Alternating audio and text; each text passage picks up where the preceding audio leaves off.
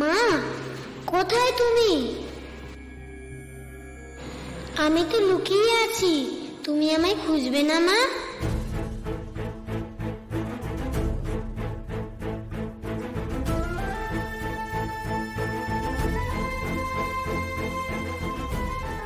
মা, ও মা। এই, কোথায় তুই? কি রে টুকি, আয় এদিকে আয় বলছি। আমি তোকে দেখতে পাচ্ছি না, কোথায় তুই?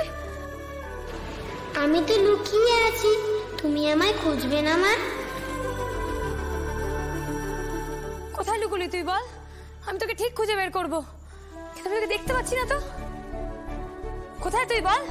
এই তো আমি এখানে, তুমি আমার কাছে এসো মা। কি করে যাবো বল, আমি তো দেখতে পাচ্ছি না। বল না কোথায় তুই বল।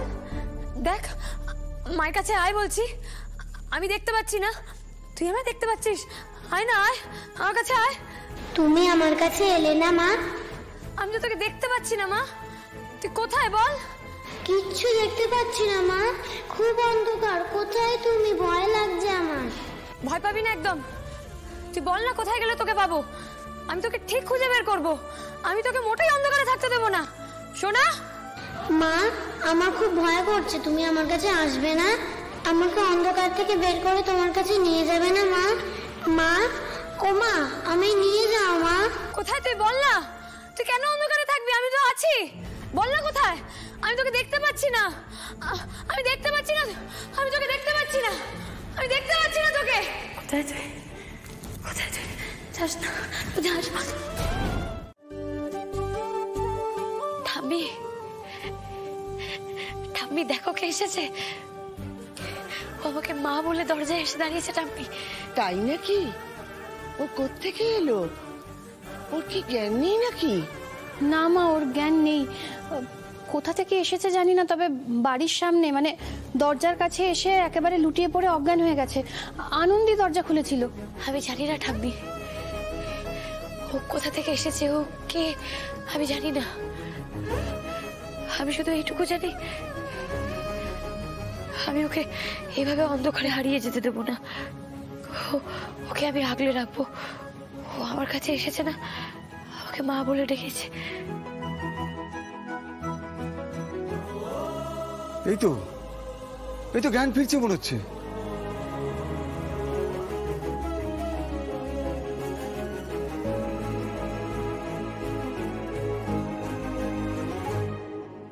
বলছি যে ওকে একবার জিজ্ঞেস করলে হয় না যে ও কোথা থেকে।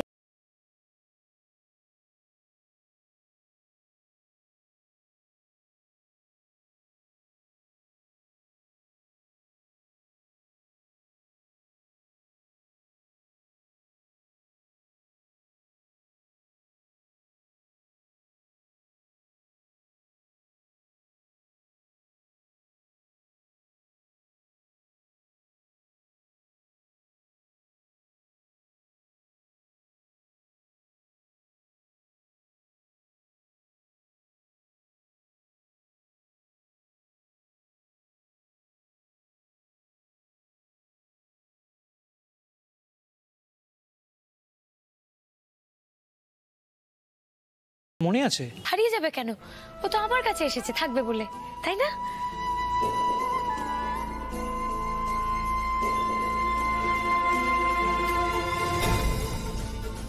মা গো, মা, সব তোমার লীলা মা। এখানে কারোর বোঝার সাধ্য নেই। তুমি আমাদের সাথে যা করছো সেটা বোঝার কারোর সাধ্য নেই। তোমার খেলা বোঝার ক্ষমতা তো আমারও নেই মা। তবে আমি এইটুকু জানি যে আজকে বাড়ি এসে আমাকে মা বলে ডেকেছে, তাকে আমি আমার বুক দিয়ে আগলে রাখবো। ও তো তোমার আশীর্বাদ। জয় মা দুর্গা, জয় মা। এতে একটা অদ্ভুত ঘটনা ঘটলো। এরকম একটা ফুটফুটে মেয়েকে তো বাড়ি থেকে বের করে দেওয়া যায় না। হ্যাঁ, কিন্তু বাড়িতে তো রাখাও যায় না, তাই না? কি? তোমাকে এখানে কিছুতে শুতে দিতে পারবো না। তুমি যদি এখানে মা দুর্গার কাছে শুয়ে পড়ো তাহলে মা দুর্গা খুব রাগ করবেন। তুমি চলো, তুমি আমার সাথে আমার ঘরে চলো, ওখানে গিয়ে শোবে। চলো। আমি থাকি না এখানে। না না, একা একা রাতে এখানে শোবে, বাইরে কোথাও বেরিয়ে গেলে কেলেঙ্কারি হবে। আনন্দী, তুই ওকে তোর সাথে নিয়ে যা প্লিজ। হ্যাঁ, এটা একদম ঠিক বলেছো। সেফলি নিজের বাড়িতে পৌঁছোক আগে। এখান থেকে হারিয়ে গেলে আমরা নিজেদেরকে ক্ষমা করতে পারবো না। আবার হারিয়ে যাওয়ার কথা আসছে কোথা থেকে? ও হারাবে কেন? ও তো এখানে থাকবে বলেই এসেছে। চল তো মা, চল। আমি থাকি না এখানে। এই দেখ, তোর মাই আমাকে বলেছেন তোকে আমার সাথে নিয়ে যেতে। মা দুর্গা আমাকে বলেছেন তুই যদি আমার সাথে ঘরে না শুয়ে এখানে এখানে ঘুমোস তাহলে উনি খুব কষ্ট পাবেন। মা কষ্ট পাক, তুই কি চাস? তোমাকে কি মা দুর্গা বলেছে? বলেছে তো, তুই যে আসবি সে কথাও বলেছে। এখন তোকে যদি আমি মাটিতে শুতে দিই তাহলে মা তো আমাকে বকবে বল। আর শুধু শুধু বকুনি খেতে কার ভালো লাগে? তোকে খুব বকলে ভালো লাগবে। চল না মা, আমার ঘরে যাবি, চ চ, ওখানে গিয়ে শুবি। চ চ চ চ, গল্প করতে করতে আমরা ঘুমিয়ে যাবো। চ চ চ চ চ চ চ চ চ।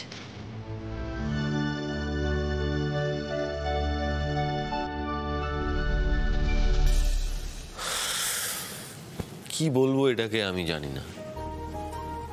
মানে আনন্দী একটা বাচ্চা মেয়েকে বোঝালো আর সে বুঝেও গেল। কোথা থেকে এলো? এমন একটা জায়গায় এলো যেখানে একজন মা ডাক শুনবে বলে অপেক্ষা করে রয়েছে। কেন রে দাদু ভাই, তোর ডাক্তারি বুদ্ধি কি বলে? অনেকক্ষণ ধরে তো দেখছি তোরা নিজেদের মধ্যে সলা পরামর্শ করলি, কত বাদ বিবাদ করলি, তা এর উত্তরে কি পেলি? পেলি কিছু?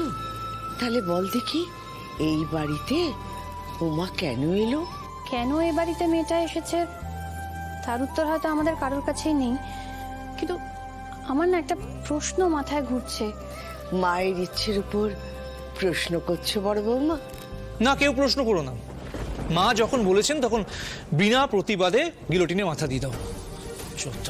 অর্ণবের কথা বলার ধরনটা হয়তো খারাপ হতে পারে, কিন্তু কথাটা ভুল বলেনি ও। আশীর্বাদ মাথা পেতে না নেওয়াটা ভুলই। যাকি, তোরা সবে শুতে যা, যা হবার কাল হবে, আজ আর কিছু হবে না।